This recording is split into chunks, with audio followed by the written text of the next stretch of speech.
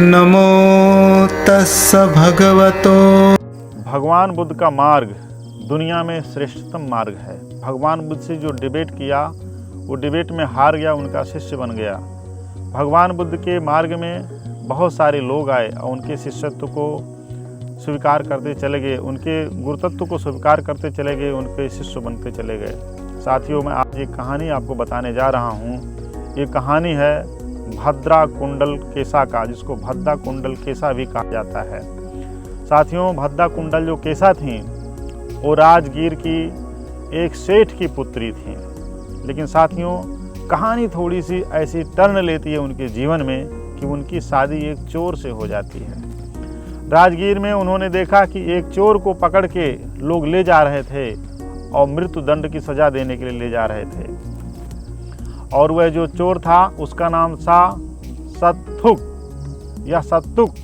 वह जो चोर था वो राजगीर में जो है राजपुरोहित का लड़का था, यानी कि वो एक ब्राह्मण पुत्र था। वो किसी चोरी के इल्ज़ाम में जब उसको लोगों ने पकड़ा तब उन्होंने कहा कि मैं इसको मृत्युदंड की सज़ा दूंगा। ऐसे में साथियों, मृत्युदंड की सज़ा जब सुनिश्चित हो गई, अब ऐसे लगा कि ब्राह्मण पुत्र, राजपुरोहित पुत्र सत्तुक को मार दिया जाएगा। तो जो भद्रा थी अपने महल से, अपने घर से उसको देख रही थी कि जो राज्य के जो सिपाही हैं, जो दरोगा हैं, उसको ले जा रहे हैं और उसको कुछ ही क्षणों में मौत के घाट उतार देंगे। उनके मन में करुणा जागी, दया का भाव जागा और उन्होंने कहा नहीं नहीं नहीं, किसी को मृत्युदंड की सज़ा नहीं दी जानी चाहिए। सज़ाएं कुछ और हो सकती हैं, मृत्यु ही किसी चीज़ की सज़ा नहीं है। ऐसे में उनको उस इंसान से प्रेम हो गया और उन्होंने अपने पिता से कहा कि मैं अगर शादी करूंगी तो इसी कैदी से शादी करूंगी, वरना मैं अपने प्राण को त्याग दूंगी। उनके पिता बहुत समझाए बुझाए, बोले कि इसको मृत्युदंड की सज़ा मिल गई है, ऐसे में इसको बचाया नहीं जा सकता है और तुम एक चोर से शादी करके अपनी ज़िंदगी क्यों नरक बनाना चाहती हो। साथियों, ऐसे में उन्होंने खाना पीना छोड़ दिया और बिस्तर पर उल्टे लेट गईं और उन्होंने कहा कि मैं भी अपने प्राण को त्याग दूंगी। अगर मैं शादी करूंगी तो इसी चोर से शादी करूंगी, वरना मैं अविवाहित रह जाऊंगी और मैं अपने प्राण को त्याग दूंगी। उनके पिताजी ने तब उन सिपाहियों को 1000 स्वर्ण मुद्राएं दे करके उनकी जान बचाई और उस कैदी से अपनी बेटी का शादी गहने आभूषण दे करके बड़ी ही धूमधाम से किया। वो राजगीर में खुशीपूर्वक अपना जीवन बिताने लगी। लेकिन चोर तो चोर होता है और ऊपर से ब्राह्मण चोर, कहाँ सुधरने वाला। साथियों, कहते हैं मनुष्य की जो प्रवृत्ति है एक समय के बाद बदल जानी चाहिए, लेकिन कुछ लोगों की प्रवृत्तियाँ कभी नहीं बदलती हैं। इस फेरी गाथा में भद्र कुंडल केसा के बारे में यही चर्चा किया गया है।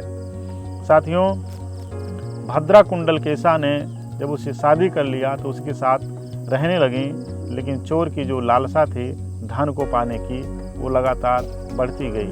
उसने कहा कि मैं जब कैदी था, जब लोग मुझे मृत्युदंड की सज़ा देने के लिए ले जा रहे थे, तो ऐसे में मैंने सोचा कि मैं एक मन्नत मांगता हूँ और ताकि मेरी जान बच जाए।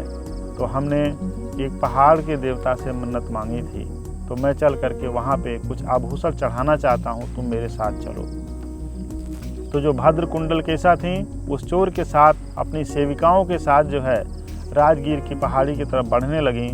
उस चोर ने कहा कि तुम अपनी सेविकाओं को अब यहीं रहने दो, हमें दूर पहाड़ी पे जा करके उस देवता की पूजा करनी है जिसकी वजह से मेरी जान बची।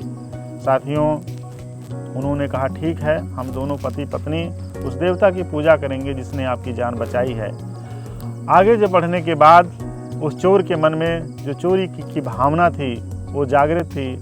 ऐसे में उसने कहा कि भद्रा, तुम्हें क्या लगता है कि मैं तुम्हें यहाँ किसी देवता की पूजा कराने के लिए लाया हूँ? नहीं, मुझे तुमसे प्रेम नहीं है, मुझे तुम्हारे गहनों से प्रेम है और इसलिए मैं तुमको यहाँ पे लाया हूँ और तुम सारे गहने मुझे फटाफट दे दो। उन्होंने कहा ठीक है, तुम ले लो गहने, लेकिन मैं तुमसे प्रेम करती हूँ, इसलिए मैं तुमसे एक बार आखिरी बार गले मिलना चाहती हूँ। चोर ने कहा ठीक है, तुम गले मिल लो, लेकिन मुझे तुमसे प्रेम नहीं है और मैंने विवाह नहीं किया, तुमने विवाह किया है और मुझे तुमसे नहीं तुम्हारे गहनों से प्रेम है। साथियों, भद्र कुंडलकेसा उस चोर के गले लगती हैं और गले लगते ही उन्होंने उस चोर को जोर से धक्का दिया और वो पहाड़ के नीचे गिरा। उसका शरीर जो है पूरी तरीके से विखंडित हो गया और वह चोर मर गया। इस कहानी का मोरल करेक्ट यहाँ पे ये निकल करके आता है साथियों कि मनुष्य की प्रवृत्ति अगर ना बदले तो उसकी दुष्ट प्रवृत्तियाँ ही उसको अंततः मौत के घाट उतार ही देती हैं। जो आदमी मौत के मुंह से बच के आया हो, मौत के मुंह से बचाया गया हो, वह इंसान खुद मौत के मुंह में उसी इंसान से जा फंसा जिस इंसान ने उसको मौत के मुंह से निकाला था। भद्र कुंडलकेसा अगर नहीं होती तो शहर के सिपाही उसको मार दिए होते, लेकिन उन्होंने उसको जान बचाया, उससे प्रेम किया, उससे शादी किया। बावजूद इसके वह इंसान उससे नफरत करता रहा, उससे प्रेम नहीं कर पाया और वो अंत में जिसने जान बचाया उसी ने उसको मार दिया। उसको भद्र कुंडलकेसा को लगा कि मैंने कैसे लोगों इस दुनिया में रहते हैं कि जिनको इतना भी समझ नहीं है कि अगर उनके जान को कोई बचा रहा है तो वो इंसान कितना बड़ा होगा। मुझे इस दुनिया से नफरत सी हो गई है। तब वो पास में ही देखा कि जैनी लोग रहते थे, तो जैन आश्रम में वो गईं और वहाँ ताड़ के कंघी से उनके बालों को कुंचन किया गया और उनके बाल फिर घुघराले हो गए। इसीलिए भद्रा का नाम भद्रा कुंडलकेसा पड़ा। यानी कुंडल के समान जिनके केस हों वो कुंडलकेसा हो गई, तो उनका नाम था भद्रा, जिनका नाम जुड़कर पड़ा भद्रा कुंडलकेसा। ऐसे में वो तर्क वितर्क में, ज्ञान मीमांसा में, दर्शन मीमांसा में, तत्व मीमांसा में सबसे डिबेट करने लगी और बड़े बड़े महारथी उनसे डिबेट करने से कतराने लगे। राजगीर से आगे बढ़ती हुई जब श्रावस्ती में पहुँची तब उनकी मुलाकात जो है धम्म सेनापति सारिपुत्र से हुआ। सारिपुत्र से वो तर्क वितर्क कर रही थीं। उन्हें अपने ज्ञान पर बहुत गर्व था कि मैं बहुत बड़ी ज्ञानी हूँ। लेकिन सारिपुत्र ने कहा, उन्हें एक प्रश्न किया भद्र कुंडलकेसा से कि एक क्या है। ठीक है, एकं नाम किंग, पाली में है एकं नाम किंग, एक क्या है, एक वस्तु क्या है। इस प्रश्न का वो जवाब नहीं दे सकी और उन्होंने कहा कि आप मेरे गुरु हैं, मैं आपकी शिष्या हूँ, आप मुझे मार्गदर्शन करें। तब धम्म सेनापति सारिपुत्र ने कहा कि नहीं, आप मेरी शरणागत मत होइए, आप तथागत की शरणागत होइए। उन्होंने कहा कि मैं तथागत से मिलना चाहती हूँ। तथागत बुद्ध उस समय श्रावस्ती में थे और भद्रा कुंडलकेसा ने उनसे जब मुलाकात किया तो तथागत ने उन्हें धम्म देशनाएं दिया और धम्म देशना के बाद वो अरहत विद्वान भिक्षुणी हुई और भगवान बुद्ध के शरण में आकर के रहने लगीं। और उन्होंने जिन तमाम तरीके के सूत्रों को कहा, मैं वो सूत्र पढ़ के आपको सुनाना चाहता हूँ साथियों। लून केसी पंग धरी एक साठी पुरे चरिंग, आवज्जे वज्ज मातिनी वज्जे चावज्ज तस्सिनी।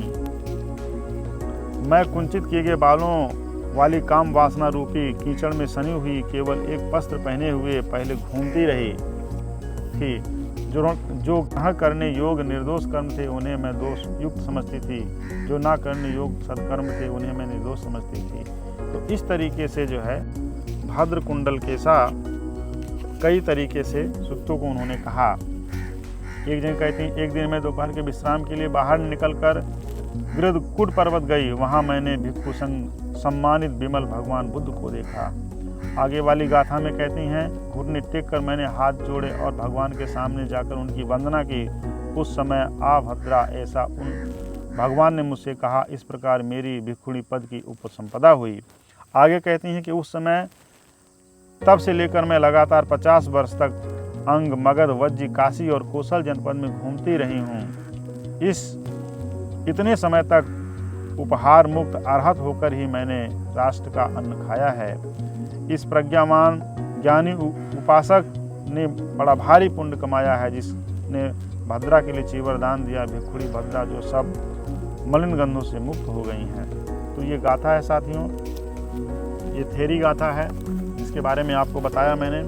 और थेरी गाथा जो है भगवान बुद्ध की वह भिक्षुणियाँ जो शिष्या बन गई थी 46 नंबर की भद्र कुंडल के साथ थेरी हैं जिनके बारे में मैंने आपको बताया। तो इसी तरीके साथियों प्रमाणित जानकारी आपको हम देते रहेंगे। आप स्टार नालंदा चैनल को फॉलो करते रहिए। फिर मिलेंगे। नमो बुद्धाय।